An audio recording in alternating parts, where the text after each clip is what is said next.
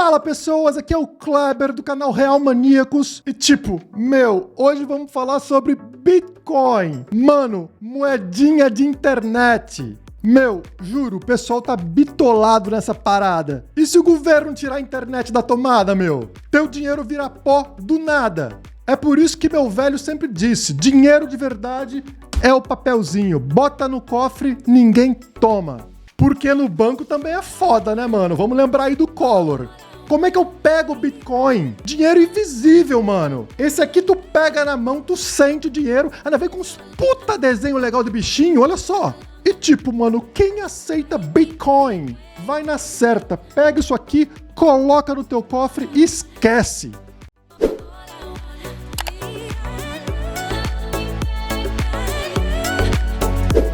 Fazer uma bela poupança para garantir uma velhice tranquila, quem não quer, né? Todo mundo quer. Mas quando ele foi as notas que estavam escondidas no colchão, descobriu que o dinheiro não valia mais nada.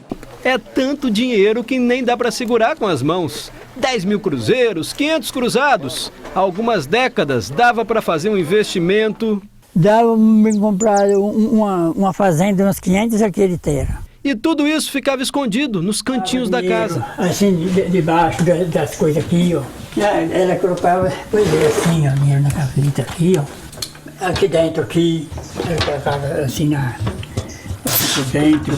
Eles fizeram isso após o plano Collor. Tinham medo que o dinheiro da poupança fosse novamente confiscado. Eu não quis mais colocar no banco, aí deixei o dinheiro em casa. Falei assim, o dinheiro desvalorizou, agora não vale mais nada. Você perdeu o seu dinheiro, o dinheiro agora não passa, esse dinheiro seu não passa mais. Foram pelo menos 5 anos guardando as economias em casa. Uma história que mostra que não basta poupar para garantir um futuro mais tranquilo. Jamais deixe dinheiro em casa. Dinheiro tem que ser usado, não só com aplicações financeiras, mas também você usar esse dinheiro na sua qualificação profissional, que é fundamental. Usar para quê? Para você ter saúde. E agora, rir para não chorar. Prendendo dinheiro em casa, dinheiro para gastar. Olá, criptomaníacos! O dólar está morrendo. E ele está morrendo por falta de confiança. Aqueles que estavam vivos há décadas atrás no Brasil, na época do Collor, pararam de confiar em deixar o seu dinheiro dentro do banco porque o dinheiro podia ser confiscado. O que fizeram então essas pessoas para continuarem confiando na moeda? Guardaram o dinheiro em casa. E quando você não pode guardar o dinheiro no banco, porque os bancos estão quebrando ou confiscando o seu dinheiro, você não pode guardar o seu dinheiro em casa, você simplesmente deixa de utilizar uma moeda como moeda de reserva. Você não pode mais guardar dinheiro. Você precisa, como disse o seu Valdomiro e o economista da matéria, gastar dinheiro. Dinheiro é somente para gastar. Gaste com tudo, não guarde dinheiro.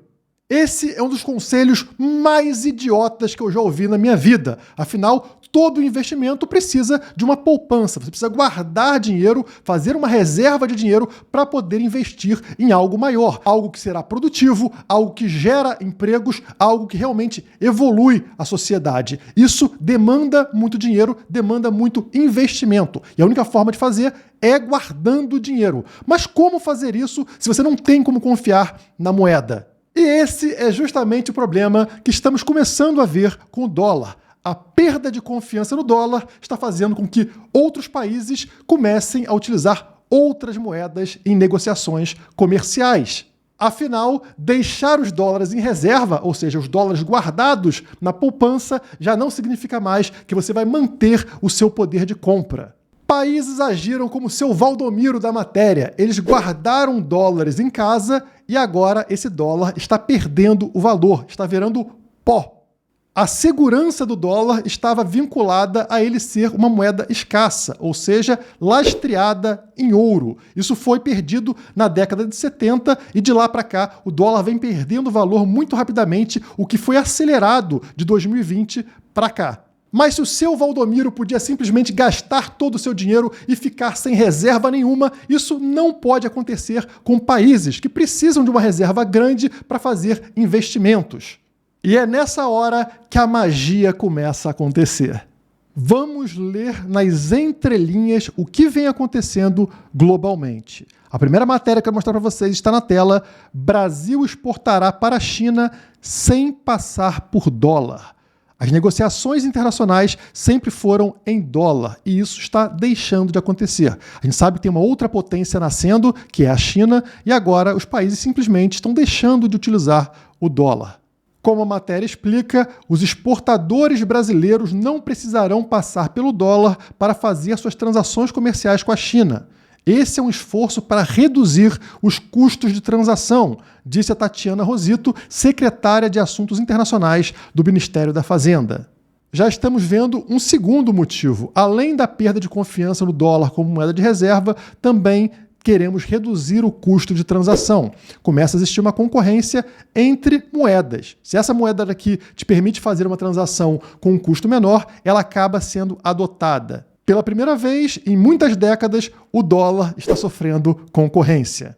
E essa mesma troca do dólar que está acontecendo no Brasil acontece em outros países ao redor do mundo. A China conta com o mesmo sistema em diversos países do mundo, entre eles Chile e Argentina. Pequim considera tal iniciativa como uma tentativa de reduzir sua dependência e exposição em relação à moeda americana, principalmente diante da tensão cada vez maior entre os Estados Unidos e a China. Os dois países começam a competir e os chineses não querem mais fazer negociações utilizando a moeda americana. Isso obriga outros países a reduzirem suas reservas em dólar e aumentarem suas reservas na moeda chinesa. Mas talvez seja algo pontual com a América Latina, correto? Não. Ministros das Finanças e Bancos Centrais da ASEAN, que é a Associação de Nações do Sudeste Asiático, consideram abandonar o dólar, o euro e o iene. A Indonésia ainda está pedindo a eliminação gradual de Visa e Mastercard. A reunião discutiu os esforços para reduzir a dependência das principais moedas globais, o que inclui libra esterlina, dólar, euro e iene.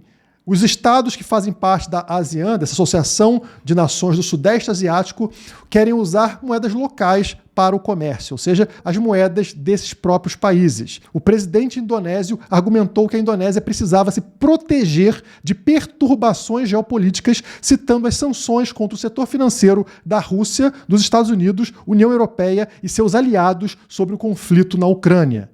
Eles estão com muito medo dos Estados Unidos e de outros países envolvidos nesse conflito, porque de todos os países do Sudeste Asiático, o único ali que impôs sanções à Rússia, conforme solicitado pelos Estados Unidos, foi Singapura. As outras nações continuam a negociar com a Rússia. O medo aqui é de ser pego pelos americanos numa segunda rodada de sanções. E isso pode impactar, por exemplo, a fabricação de algodão, o comércio de algodão, que é algo relevante da indústria local.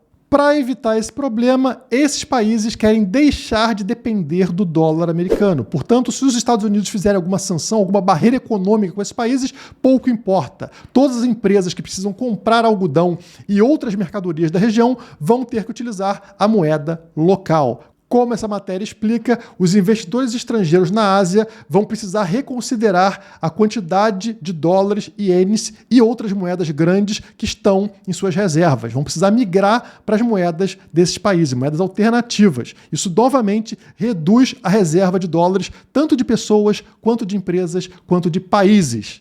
E eu sei que na cabeça de muitos de vocês isso parece impossível, o dólar perder o status de moeda de reserva. Afinal, você nasceu desse jeito, você nasceu e o dólar já era a moeda de reserva. Parece que nunca vai mudar, né? Que isso nunca vai mudar na história, mas isso sempre aconteceu na história. A moeda de reserva é substituída a cada mais ou menos 100 anos, como vocês podem ver no gráfico aí na tela. Então vocês têm aí todas as moedas de reserva desde 1450. E fica evidente para vocês que a cada mais ou menos em média 100 anos, a moeda de reserva é substituída. Começamos com Portugal, que possuía a moeda de reserva entre 1450 e 1530, portanto durou 80 anos. Depois foi substituído pela Espanha, que teve a moeda de reserva entre 1530 e 1640, portanto 110 anos. E aí a moeda de reserva passou a ser a holandesa, que durou também 80 anos, entre 1640 e 1720. E aí foi substituída pela moeda francesa, que durou cerca de 95 anos,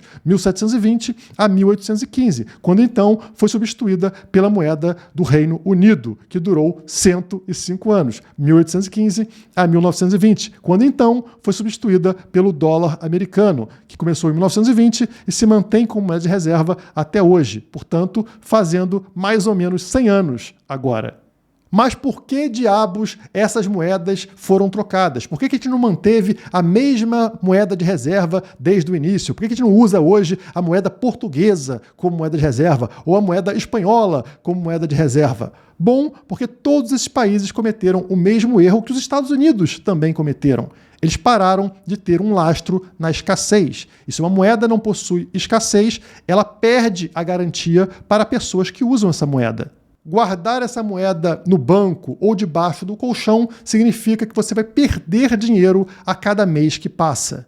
Isso transforma essa moeda de reserva em nada mais, nada menos do que a moeda brasileira. Aquela moeda que o seu Valdomiro percebeu que não dá para guardar e que precisa ser gasta para que você não perca o seu dinheiro. Só que países não podem se dar ao luxo de não ter reserva. Sendo assim, quando não existe lastro na escassez, quando não existe lastro, por exemplo, no ouro, é hora de você trocar de moeda. Os americanos abandonaram o lastro no ouro, o lastro na escassez, na década de 70. E de lá para cá, o negócio ficou completamente maluco. O dólar não para de perder poder de compra e deixá-lo parado em reserva começa a ser um risco. E se hoje os países começaram a fazer testes com outras moedas, como por exemplo a moeda chinesa, que a gente viu aqui nesse vídeo, ou as moedas do Sudeste Asiático, vocês sabem qual vai ser o resultado disso. Se não é possível confiar na moeda dos Estados Unidos, imagine na moeda da China ou do Sudeste Asiático. Essas são ainda mais arriscadas. Logo, logo os países vão perceber que não é possível utilizar moedas que dependem de confiança em terceiros, seja o terceiro chinês, americano ou europeu. E aí chega a pergunta, mas será que é possível ter uma moeda que não depende de confiança em terceiros? Sim! E ela está aí no gráfico para vocês. A moeda que vai substituir a moeda americana, o dólar, que apresenta o problema que todas as outras moedas de reserva no passado também apresentaram, se chama Bitcoin. Ao contrário de todas as moedas de reserva do passado, o Bitcoin não perde o seu lastro na escassez. O Bitcoin somente terá 21 milhões de unidades para sempre e não há nada que nenhum governo, por mais poderoso que seja, consegue fazer. Não é possível aumentar a quantia de Bitcoin, não é possível imprimir Bitcoin, não é possível modificar a escassez do Bitcoin. Esse é um processo lento que não acontece de um dia para o outro, mas é um processo contínuo e inevitável. A cada pessoa que adota o Bitcoin, a cada empresa que adota o Bitcoin, a cada país que adota o Bitcoin, o seu valor sobe. Nesse gráfico da tela, vocês percebem o preço do Bitcoin, que é essa linha cinza que sobe e desce, e uma linha azul, que é a linha de adoção, a curva de adoção do Bitcoin. Vocês percebem que as coisas estão interligadas. Quanto mais adoção tem o Bitcoin, maior é o seu preço. Num momento como esse, onde os países se dão conta de que não podem mais confiar no dólar, não podem mais manter dólares em reserva, tanto por não poder confiar no dólar como uma moeda que mantém o seu poder de compra, quanto porque outros países e outras empresas precisam agora de outras moedas para negociar com China, Sudeste Asiático, entre outras regiões. É necessário trocar sua reserva de dólar por outras coisas. E essas outras coisas também são arriscadas, também não mantêm o seu poder de compra. É necessário uma migração para uma moeda que seja escassa, independente da vontade de terceiros. É por isso que o Bitcoin será adotado pouco a pouco e isso é inevitável.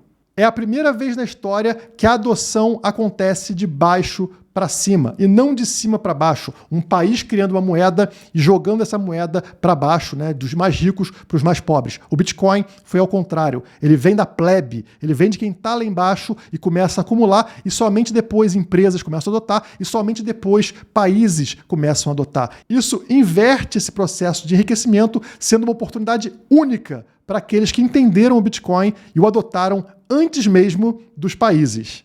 A nobreza do futuro não será formada por políticos e empresas ligadas ao Estado, e sim pelas pessoas que entenderam o Bitcoin e o adotaram primeiro. Quanto antes você entender que o NFT de oncinha, apesar de fofo, é um golpe, melhor para você. Não importa se esse processo vai levar 5, 10 ou 50 anos. Estar do lado certo significa que você continuamente vai ganhar valor sobre isso daqui. Se gostou desse vídeo, não esqueça de deixar aquele like, se inscreve no canal caso não seja inscrito e compartilhe esse vídeo com aquele seu amigo da Faria Lima. Por hoje é só, muito obrigado e até a próxima.